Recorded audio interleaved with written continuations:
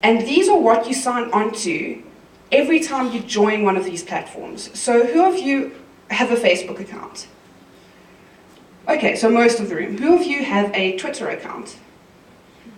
Okay, some Instagram?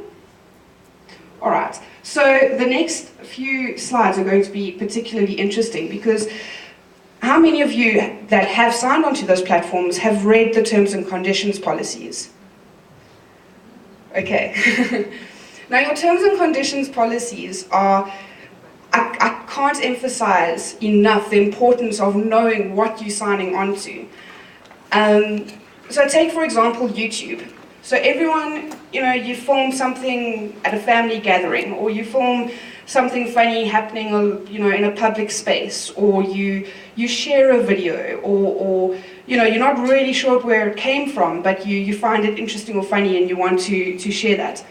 By having a YouTube account, you've agreed, and this is just some of the key points that I've picked up.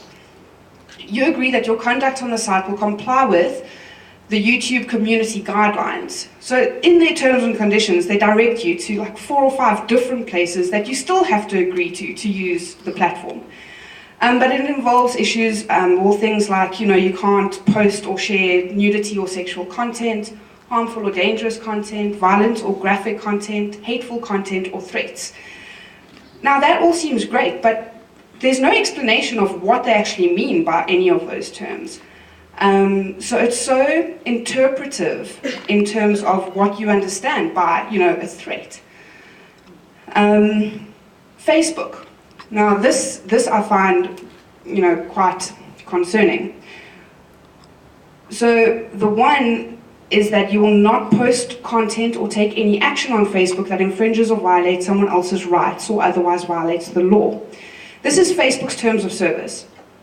Our law in South Africa is different to law in America, which is different to law in the UK. There's no country-specific law. Facebook doesn't have its own legal policies per country. So it's if you're sharing this here and it's found unlawful in the States, who then is responsible for that content? So it's very ambiguous. So the next one, when you publish content or information using the public setting, so that is certain settings on your actual account that you can change to private or public, and that allows for your different types of people to see what you're posting.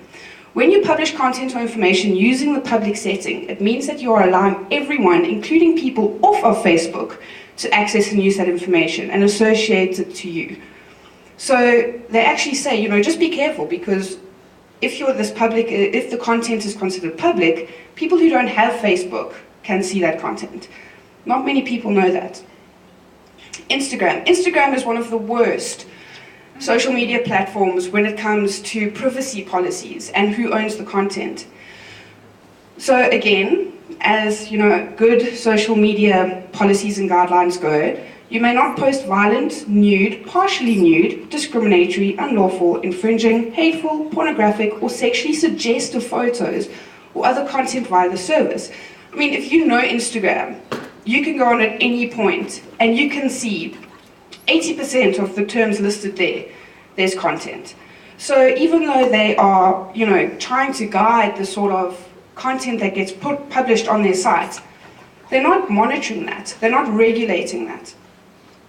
But then it goes on to say, Instagram does not claim ownership of any content that you post on or through the service. Instead, you hereby grant to Instagram a non-exclusive, fully paid and royalty-free, transferable, sub-license, worldwide license to use the content that you post.